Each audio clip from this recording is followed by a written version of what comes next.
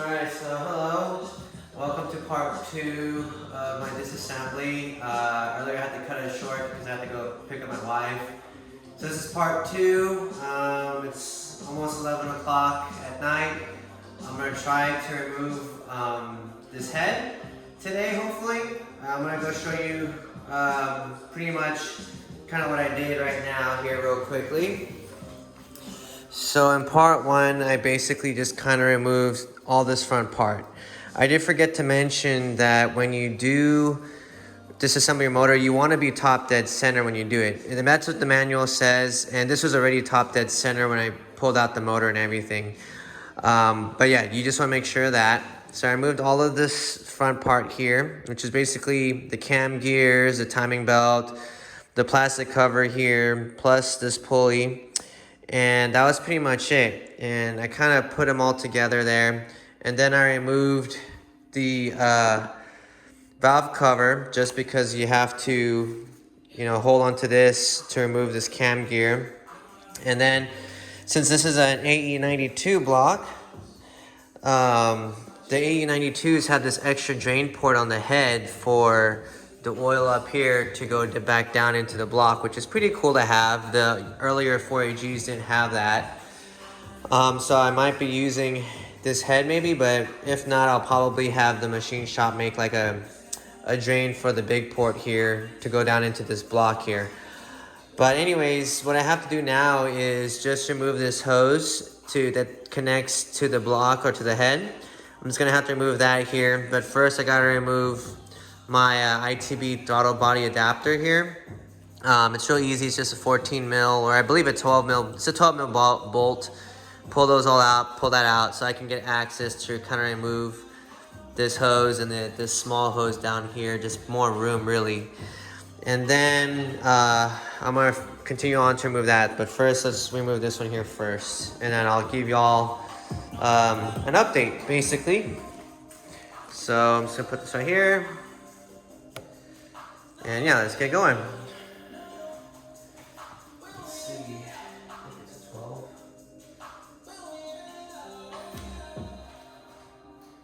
Alright, so yeah, to remove the intake ITB adapter plate here, it's a 12 mil here. So I'm gonna go ahead and just remove that.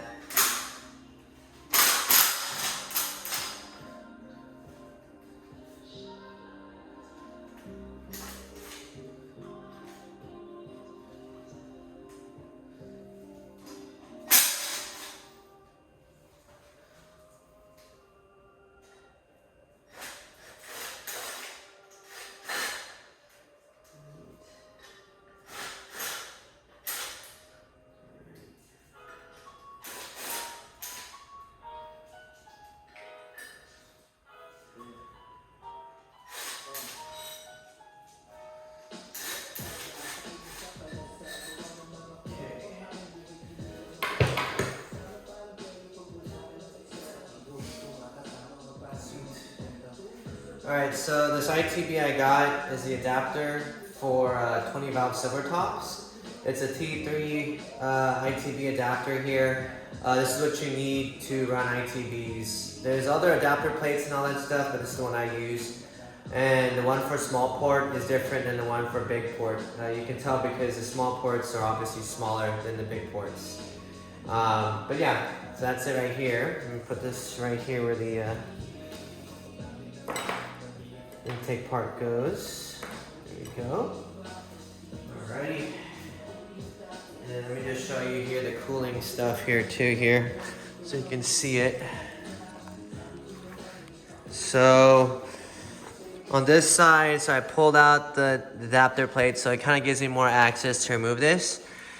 And for cooling wise, since this is going to be mainly a track car, I'm probably going to adjust this or make probably my own piping here, to where this back part, the hot part of the coolant, just goes straight back to the pump here. I don't need any of this other stuff, but I'm gonna, custom make that later on.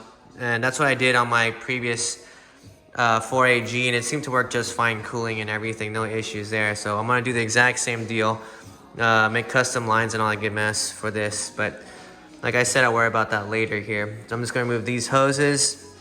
And I think I'll be able to remove this one afterwards.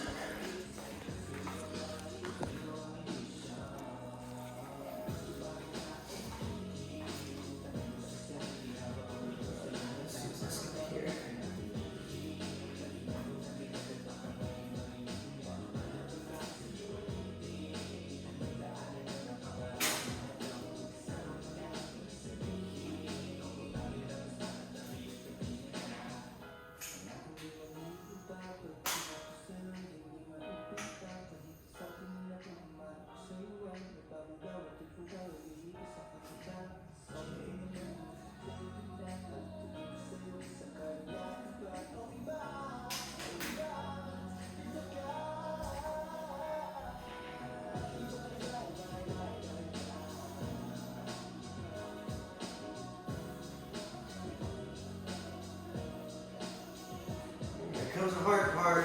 Damn. There we go. Pull out one hose. Oh shit, damn. See, you kind of need some coolant here. I'm going to clean that up here too shortly. You got some stubborn hoses though here. They're a little bit more harder than the other one. So that's why we use picks. But let me go clean up my coolant mess first. I left my big pan at the shop, so yeah, now I just gotta deal with this mess. But thankfully my garage is epoxied, and you know, it should be okay.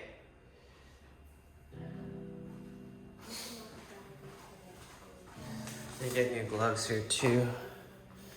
Put that right there. So that kind of happens, but yeah. Let me just put this one up right here. So one trick I learned to remove like stubborn hoses that are stuck to the pipe is you can use like these types of picks. You just kind of wedge in between, you know, the hose and the pipe, and it kind of loosens up the hose from the pipe, and it's a lot easier to pull them out. And it usually happens with, you know, old crusty pipes like 4AGs here. So I'm gonna go ahead and just try to loosen this pipes here. Just get a better loosening here.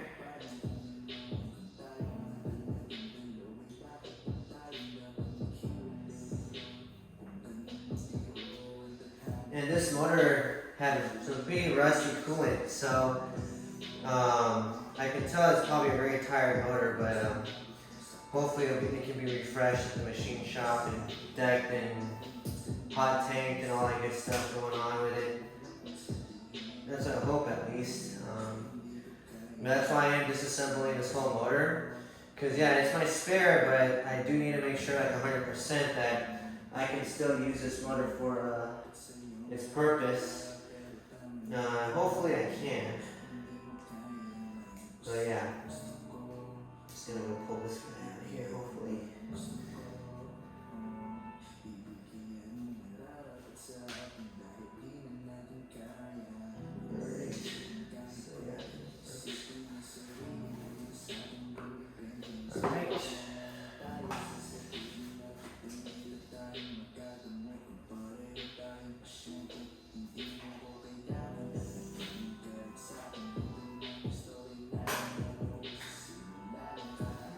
Alright, so I got one of the hoses out. The old crusty hose.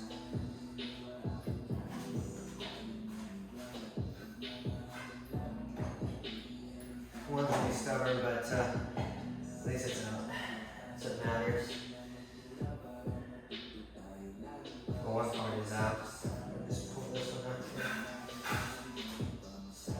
Oh, there you go. Okay. So yeah, you can tell like how crusty this hose is and nasty looking. But yeah, basically you use like a little pick and you just kind of wedge it between the hose to kind of loosen up the crust and the crud on here, and then it should be a little bit easier to pull it out. Just kind of things I've learned working on old cars. Yeah. All right, let's continue here.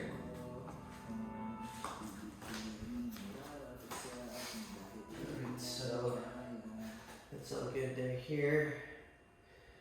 Okay. Just gonna pull out this one here. Okay. Alright, so I'm gonna go ahead and just pull out this part right here. This is the back port of the head here. But you can tell, like, I did pull out the little hose there. And then I'm just gonna go pull this out here for the drain for the head here. And you can just tell it's just kind of just a hose up there. That's all it is, nothing fancy. I'm gonna pull that out.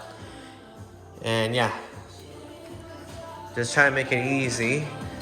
And thankfully, I do think that 4AG motors is a good learning motor for any beginner. You know, I started building this 4AG. Whoops! I started building this 4AG with no motor building experience at all or anything like that, but it teaches you a lot, and you don't really need like special tools to disassemble a motor, or this motor specifically.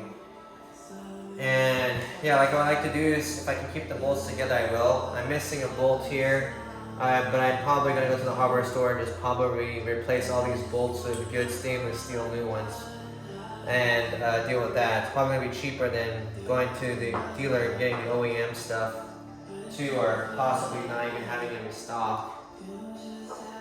So yeah. Let's pull this one back here, a bit closer here. Alright. Clean up this mess here though, a little fluid spilled out here. I like to keep my garage as clean as possible.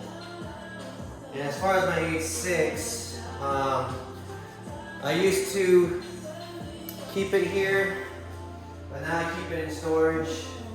It's a lot easier that way to have more room to work on things, and my wife kind of likes it that way too. Less clutter and all that good mess in the garage here. So yeah, not too bad.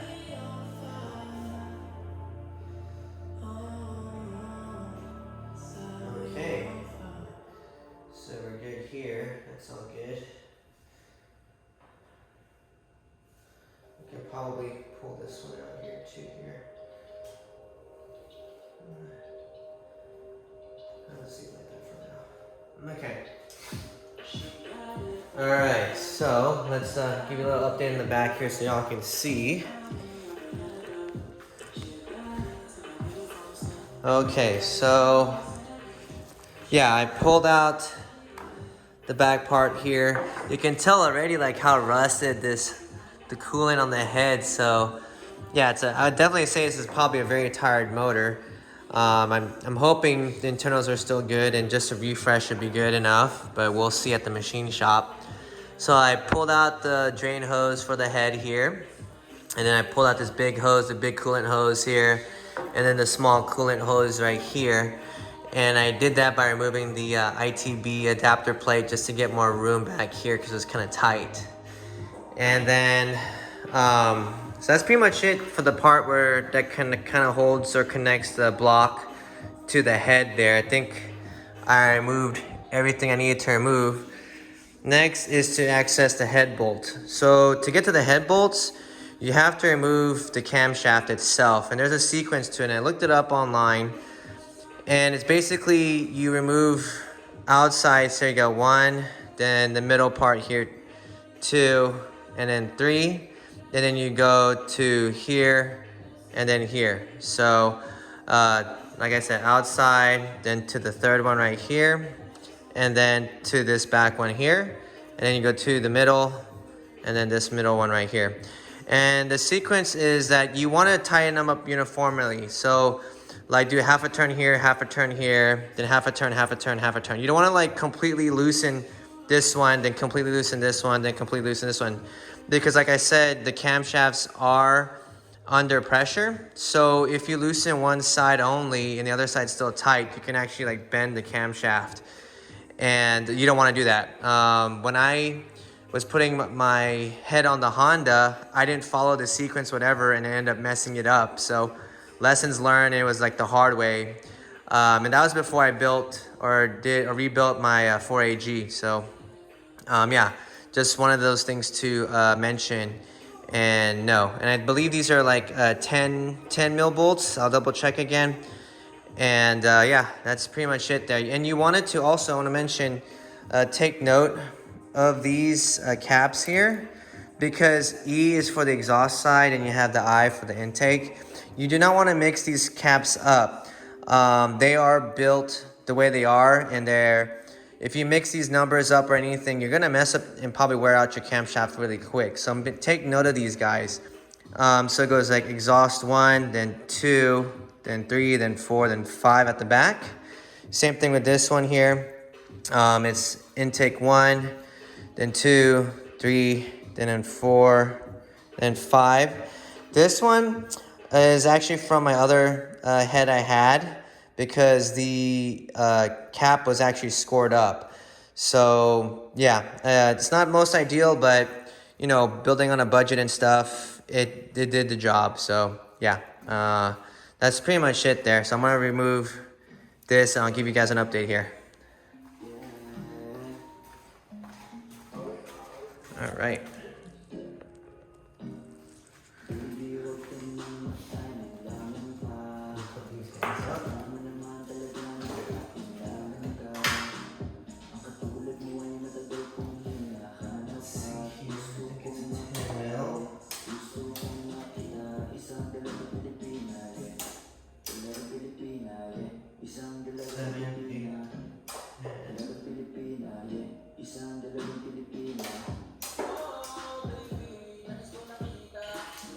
Okay, so yes, it is a 10 mil, and I'm just using like a 1/4 inch ratchet on this one. Not going to use the cordless impact on this, just because, like I said, you want to remove it uniformly. So just learning from past experiences and mistakes that I've done in the past. Just want to give you all a heads up on it. So do like half a turn each. So I'm going to do like one side first. So 1, 2, and then go in the middle, which is intake 3 here. Just kind of loosen it up.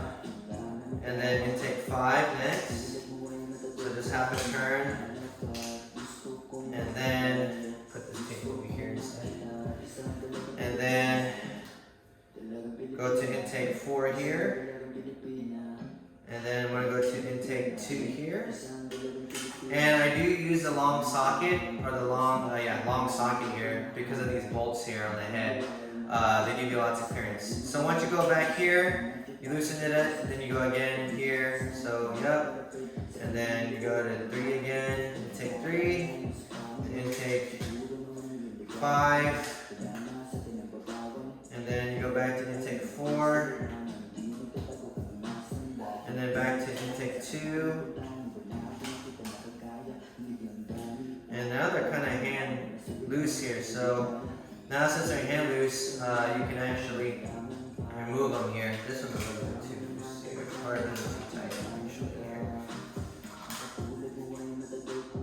Okay, so yeah, so this is it here. It's pretty much all hand loose, but let's just do 1, and then intake 5, then intake 3 here first. So 1, intake 3, and then 5, and then 4, and then intake 2 here, and then I'm going to go back again to intake 1, just more rotation here now, and back to intake 3 here, doing 1 full rotation now, and then back to intake 5, and then back to intake 4 here, and you just basically kind of just release releasing the tension off the camshaft uniformly. So I think these are all removable by hand now. So I'm gonna go ahead and just remove these now by hand. So yeah, so this one's right here. And I like to also, when I do this, is just kind of match them together to the side here. So what I'm gonna do here is probably put this intake stuff on this side here. Good thing I got this big old table here. But I'm gonna just do like this here. So that's intake 5. And then intake 4 here. And you can tell also that the arrows on the caps, there's arrows here that's pointing this way forward. So you also want to orient it also by the position where the camshaft is. And you always want to like make note of like what the caps look like. So this is, I mean, it's not the best, I guess. I can kind of see scoring here. So it's not the most cleanest looking cap. But this is, let me show you the one that's kind of bad here. It's probably not going to be usable, honestly, but this guy right here, you can definitely see like the scoring on here. It's just pitted in. So I might have to get new caps for this if they ever make it. Worst case, if I cannot find any caps and this is not usable, then I'm just going to have to buy a new head technically for it. If my other head on the big part that I got that, you know, I blew up, the head on that isn't good, but I'm thinking on that big part that I blew up, since the hole's in the bottom of the block, you know, my head is probably good, but you know, I know for sure once I disassemble that and pull it out of the car. But yeah, you just always want to just make sure you arrange everything right and properly, and don't really like rush things, because when you do, that's when you mess up, you know? So, yeah. So I'm just pulling all this guys out of here. Alright. And I'm kind of orienting this guys here nicely here too.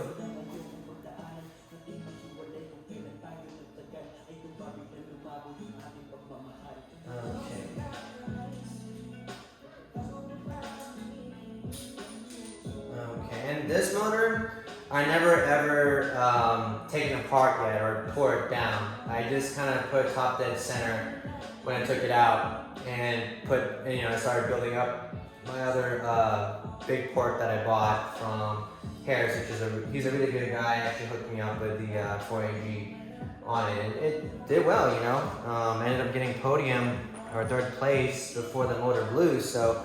I'm pretty happy with that, and it was my rookie season, or it is my rookie season right now, and yeah, very thankful that I was able to at least get a win before she blew. And I mean, am I kind of bummed and disappointed? Yeah, but you know, that's just part of racing, you know. You know, it comes with the territory.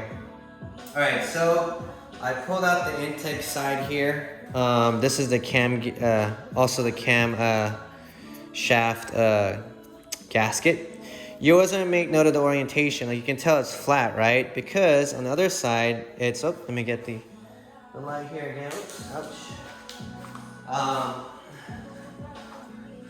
On the light here, on the camshaft, you can tell like it's flat, right? On this side here, in the inside part, it's kind of like divoted, so you don't want to mix it up. It goes like this here. So yeah, I'm just going to put this right here next to the intake side.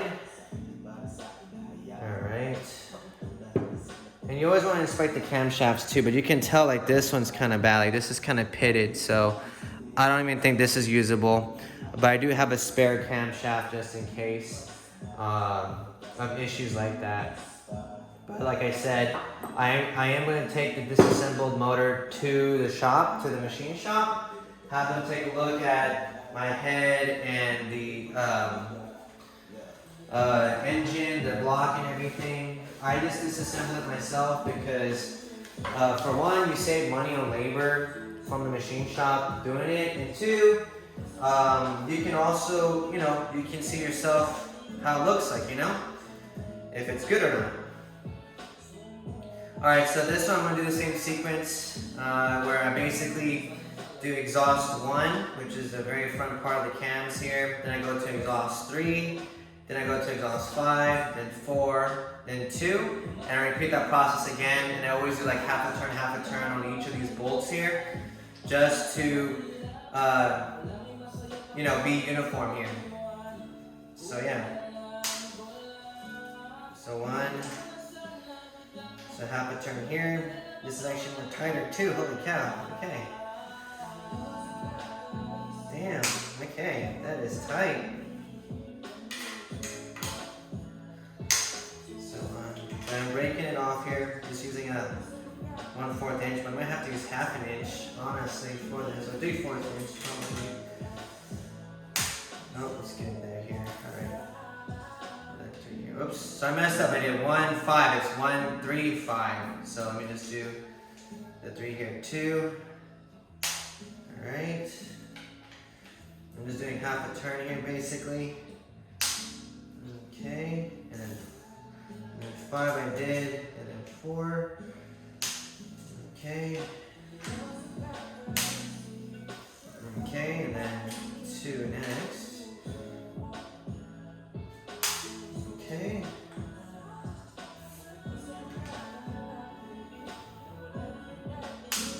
Okay. So I did 2, now 1 again, just another half a turn. Alright, and then 3, half a turn here. And I'm just doing all of these till it becomes loose, or it becomes really loose to remove by hand. So then it's 5, then back to 4.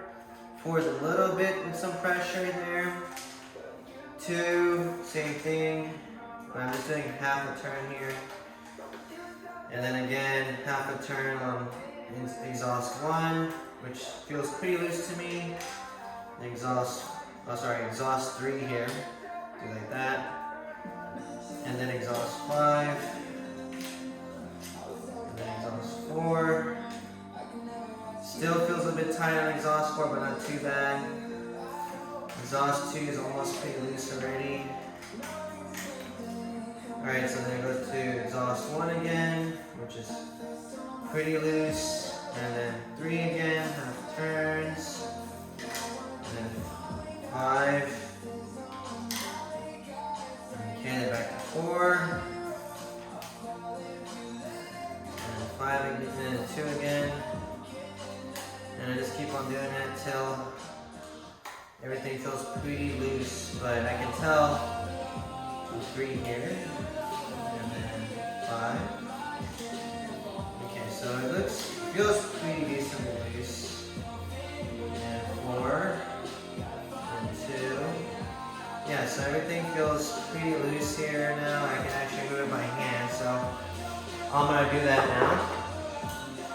So yeah, once it feels like it's getting loose enough that you can remove it by hand, and then you're okay. You just want to make sure that you do that. Like I said, uniformity is major key here. When removing this stuff, there's always a sequence to remove these bolts. It's like kind of like tightening up your tires or something where, where you can't just do like a star pattern. I mean, you just can't like just do random bolts and call it a day. No, you gotta do the star pattern when you do your tires, right? So it's the same thing with removing camshafts. It's the same way also applying or installing camshafts, but we'll worry about that later. But I always notice too, like, it's real easy. It's easier to disassemble things or take apart things than to assemble stuff. I don't know why, but that's just the way it goes, right? So I'll pull this out. The exhaust side looks way better though, because you can see not much scoring or issues here. They look pretty decently clean, so yeah, it's not too bad at all. So yeah, let me charge up this battery here. I'm gonna charge up the cell phone here. It's almost dying here. Let me just do that there. There we go. Sweet. Okay. So I'm just gonna pull this out here and all this good stuff. So, and like, this is what I'm talking about. is you can kind of see like exhaust 4 here and the arrow going this way. So you always want to make sure you orient them right and everything like that. They all have these orientations. And again, this isn't too bad. Looks like the exhaust camshaft caps are way better than the intake. But, you know, we'll see. I hope I can save this head, because honestly, buying a head online is pretty expensive and costly. So if I can get away with not having to buy a head online or anything like that, I'll be good. But you know, like I said, I hope my head for my big port is good, that I can use it on this 7 rib here too also. And a little interesting note is, like, with my 7 rib block, it's a big port that is in my motor right now that I blew up. The internals on it were like were the 3 rib internals. So it had the 7 rib block with no oil squirters, and the internals were the 3 rib internals with the crankshaft and the rods. I believe the 3 rib cranks were like 42 millimeter thick on the con rods. And then the pin is the 18 mil, so it's a little bit different specs. I don't have a micrometer, but I think that's what I remembered off the top of my head was that. So it was kind of interesting to know about that. And the machine shop took the measurements for me, so that's how I was able to know. And then, yeah, so this is the exhaust side. You know that this is the exhaust side because the exhaust side has these gears for the distributor, for the Dizzy. And the Dizzy that I use for my H6 is a coil and plugs type, so I don't use this Dizzy at all. This is actually a JDM Dizzy, but basically mine is a JDM 4HZE, which uses like a distributorless type of ignition. So I use the Dizzy on that as my cam angle sensor. Some people like to put the sensors on the crank, and you can definitely do that. It's aftermarket, they make kits for it, but you know, for just the ease of use, I just use a JDM 4HZE Dizzy. And the guy that did it was R&R Autosports. He's in Malaysia, and he's the one that kind of hooked me up with the wiring and everything to set up on coil on plugs. And the reason why I did coil on plugs is just because I have a link ECU. I want to take advantage of all the features. So I did coil on plug for the link ECU, and the reliability is, you know, better. So I'm going to pull out the Dizzy on this guy here. It's already on the loose side, so I'm going to pull this out here. And so this will be easier to get the head out too, and you can kind of see here also. So here's a JDM Dizzy here. I'm going to put the bolts in together like so, or like here. Actually, yeah, I'm going to do it like that here so we don't lose them. There we go. So let me show you all the head here. If I can pull this guy out here. Okay, so let's pull this guy out. Okay, so let me show y'all the head. So I removed the camshaft, and so you have these head bolts like right here. Can you kind of see it here? Yeah, like right here, those head bolts.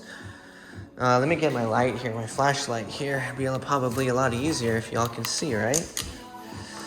But yeah, so you can see, so there's a head bolt right there. They're behind the camshaft, so that's why you have to move the camshaft to get to the head bolts.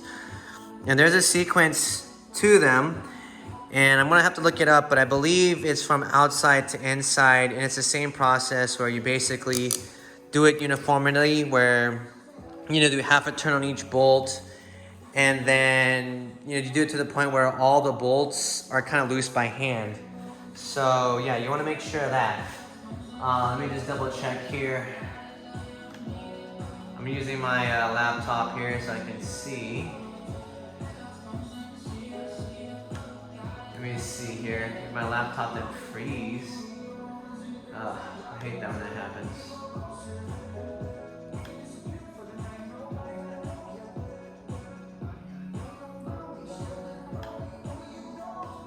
Hold on here. Let me just, technical difficulties, you know? With my I have an old laptop. I have an Apple laptop. I left it at work. And I have like this old Windows laptop, which is hella slow. And yeah, kind of sucks. Let's just see here. Oh, okay, here we go. Okay. Okay, here we go. So, it's shown below. So, yeah, so it's outside. So 1, 2, 3, 4, 5, 6, 7, 8, 9, 10. Okay. So yeah, let me show you all the sequence here. Let me see here. So this is what I'm using. I'm using the PDF here for how to remove the bolts, but you can see it goes from outside to inside. So 1, 2, 3, 4, 5, 6, 7, 8, 9, 10. So let's do it over here. So it's like 1, 2, 3, 4, 5, 6, 7, 8, 9, 10. So you always want to you know, go outside to inside and just like half a turn each, I'd say, till the bolts are able to be removed by hand, or they're loose enough to be removed by hand. And again, this is very important. You can't just zip out like that now, because again, the pressure on the head to the block, you can, you know, deform it. So yeah. And these look like they're multi-point sockets here. So they're probably a 12 multi-point here. So let's just double check here and just make sure. Let's just see here. So 15, 14. Is it a 14? Might be a 12. I feel like it's a 12. Let's just see here.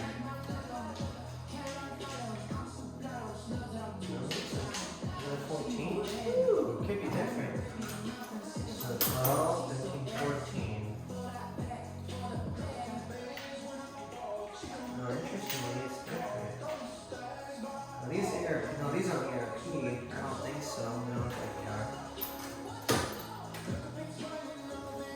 Huh. Is it 12? 13. Where's the 10? There's a 12.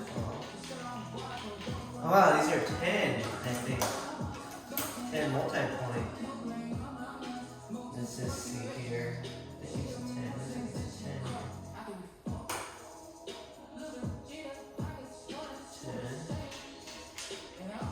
Yeah, these are 10s. Oh wow. Let's just double check here. Yeah. Okay, so these are 10s. Let me get a 10 here. Let's see, 10.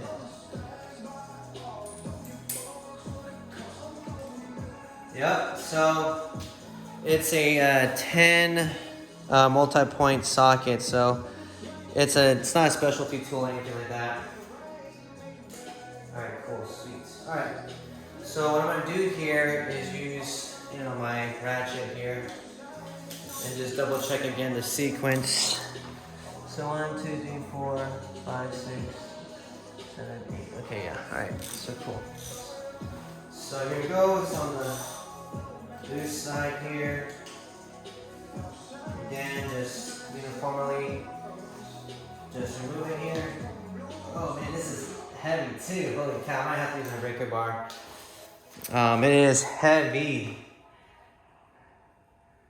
All right, so yeah, let me use my breaker bar. This is gonna be heavy AF. So breaker bars is gonna come in handy for the meantime. If I can find my breaker bar now, I used to have it. Let's see where I put it at. Here we go. And remember using a breaker bar to break these bolts too.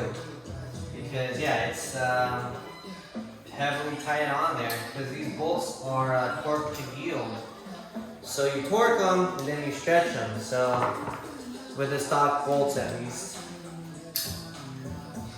Alright, so I'm just going to do one side only first. Here's the seat. Alright, so going this way here. So, alright, so 1, half quarter turn basically for each of these guys here. So then 2. Alright, you go up to the other corner here.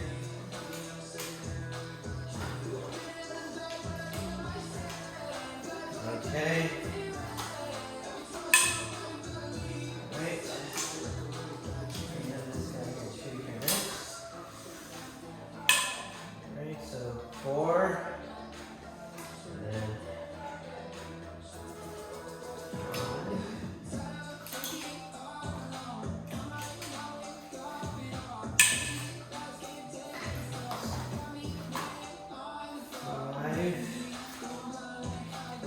Okay.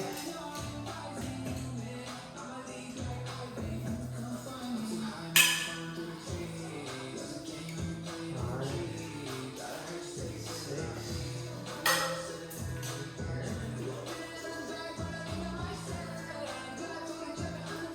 Yeah, breaker bar helps. Now this is the type of stuff you kind of want to do by hand, just because, you know, you want to mess up anything, right? It's a motor, it's very sensitive, all these parts go together, so yeah.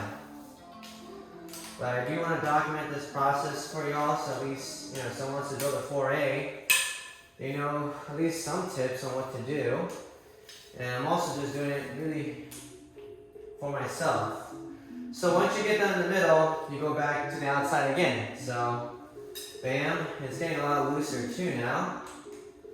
I'm just doing like quarter turns really to make this guy loose.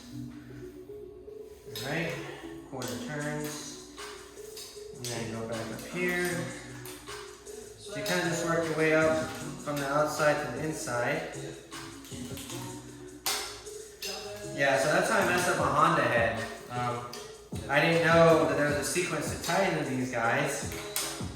And on my Honda head, I ended up stripping the bolt and the block. So, major fail. And now these are basically hand loose. Okay.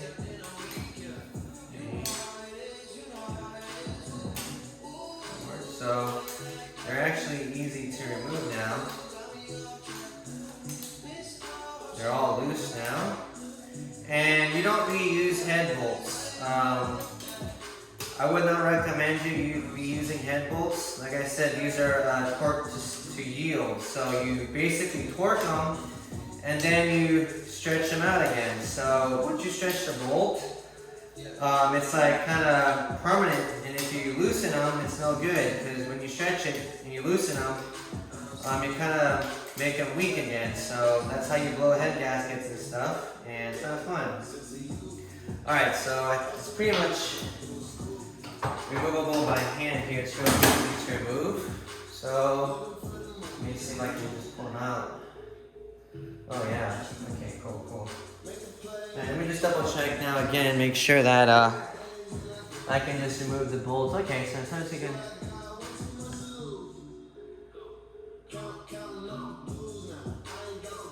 Alright, so. Alright, cool. Alright, so.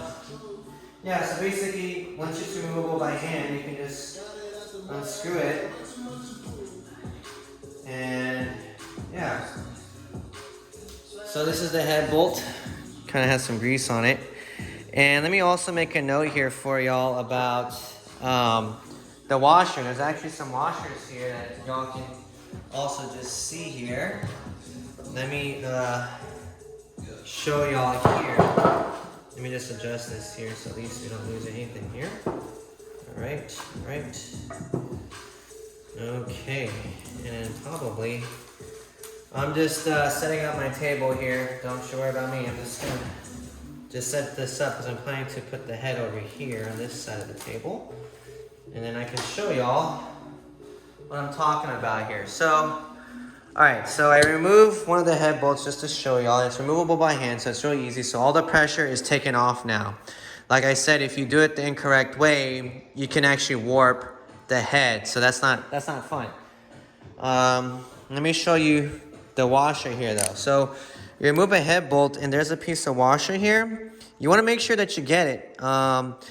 If you lose it, that would kind of suck, and you can kind of tell, like, you know, there's cracks and crevices here. So you want to make sure that you get this washer here before you try attempting to remove the head. Because I actually, when I first did it, I didn't know that, and I had a hard time finding one washer. But thankfully, I was able to get it, probably by luck. And yeah.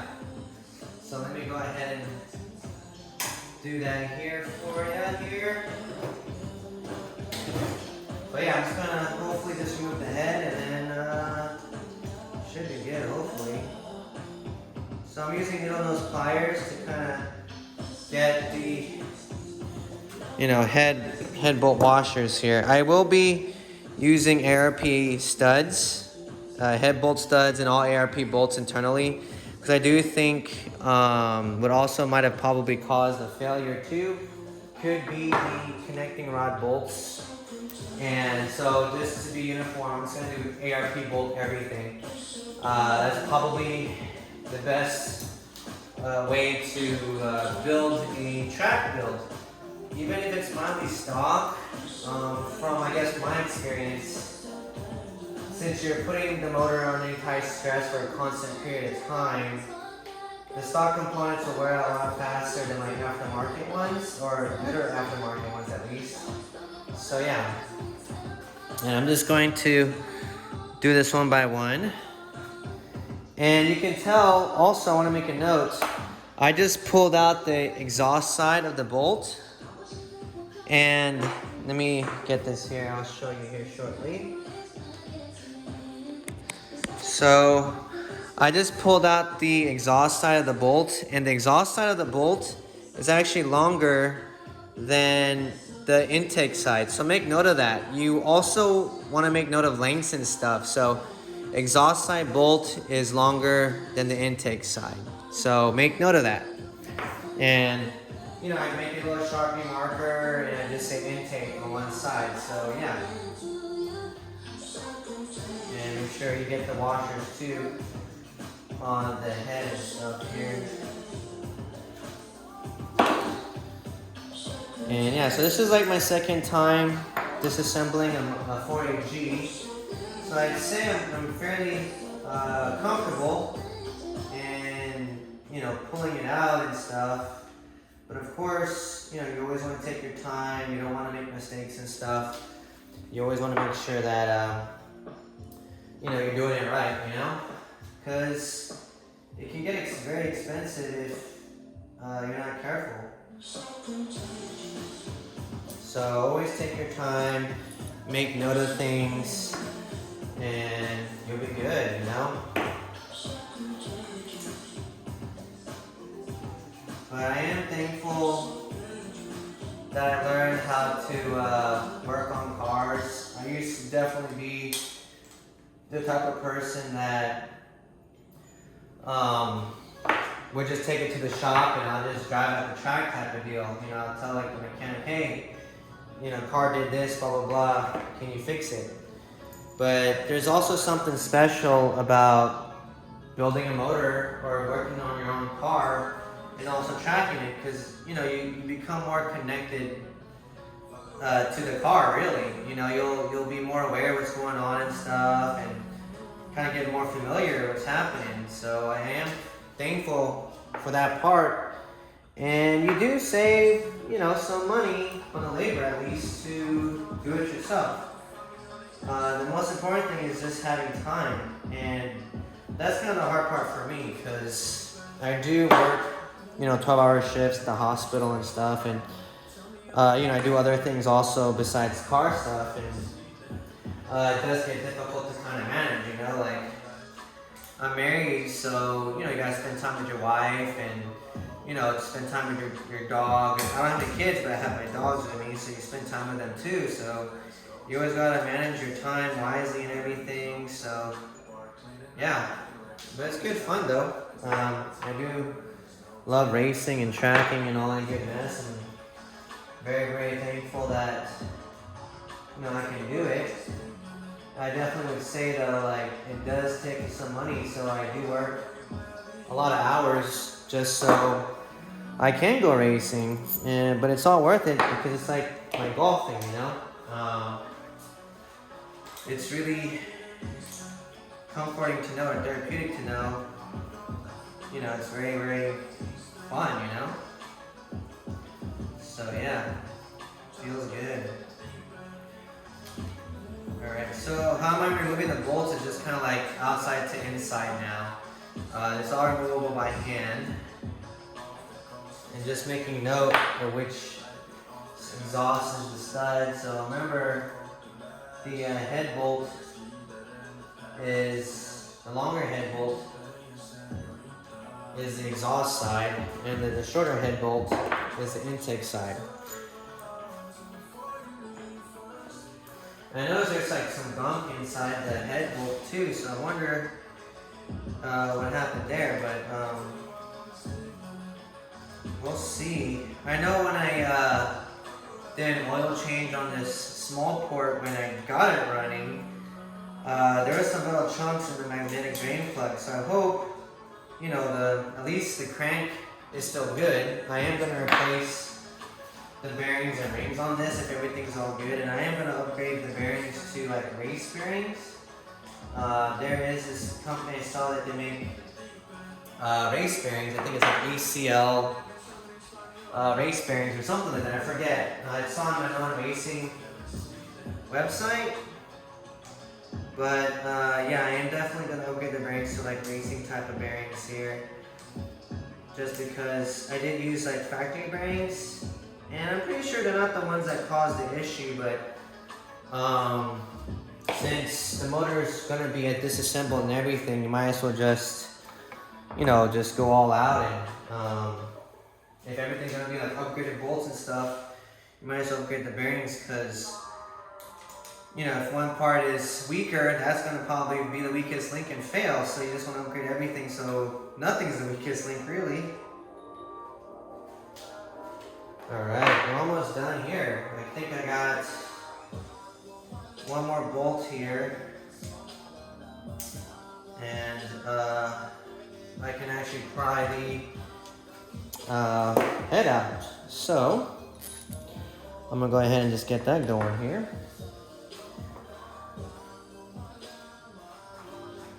So I remember when I first did this, it probably took me like half a day to just remove the head, just because I was so nervous of what's going on and stuff. Alright, so that's the last head bolt.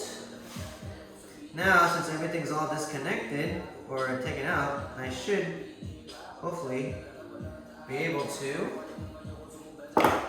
remove this with not much difficulty, I hope, at least. Alright, so I did that, and we're like almost an hour into this video, so I think that's pretty good progress, at least for me. So everything's all disconnected. Now I can pry open the head here. Alright, so now I can just disassemble it. There's like these little markings here where you can remove it here. So I can show you here. I'll bring the camera over here. I think there's one here. I think that's it. Oh, I think there's some over here, I think here. Okay, so let me show you here. At least the most obvious ones here I can probably remove here.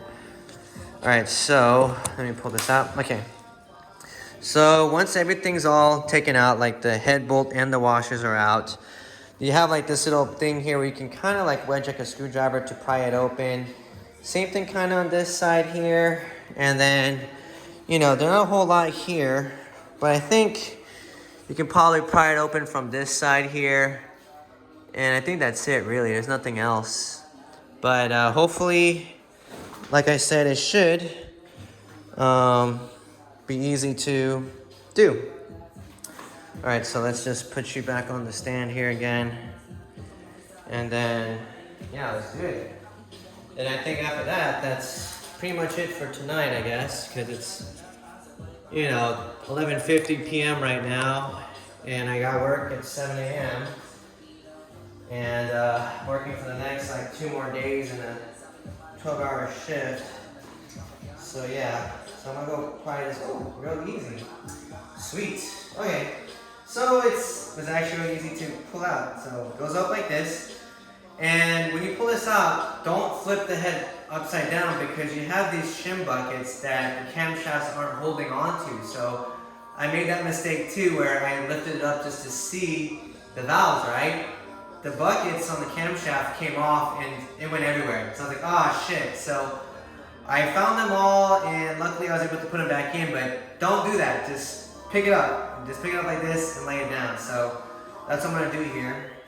And pick this guy up. So that's it. Woo! Look at that. So heads out. I'm gonna take this to the machine shop so they can inspect it, make sure the head is usable. But like I said, ideally I want to use my big port head versus the small port head for the track. So I'm just gonna put this on the table here, and let's take a look at the block here so I can show y'all what it looks like. And it looks pretty decently clean. Like, I think this block is usable. I'm pretty sure I can use this block for racing. That's the most important thing, is the block. I don't really care too much about the head because I can always get like an upgraded head if I need to. But the block is very, very hard to find. And, you know, Toyota doesn't make these anymore. So here's the block, the short block here.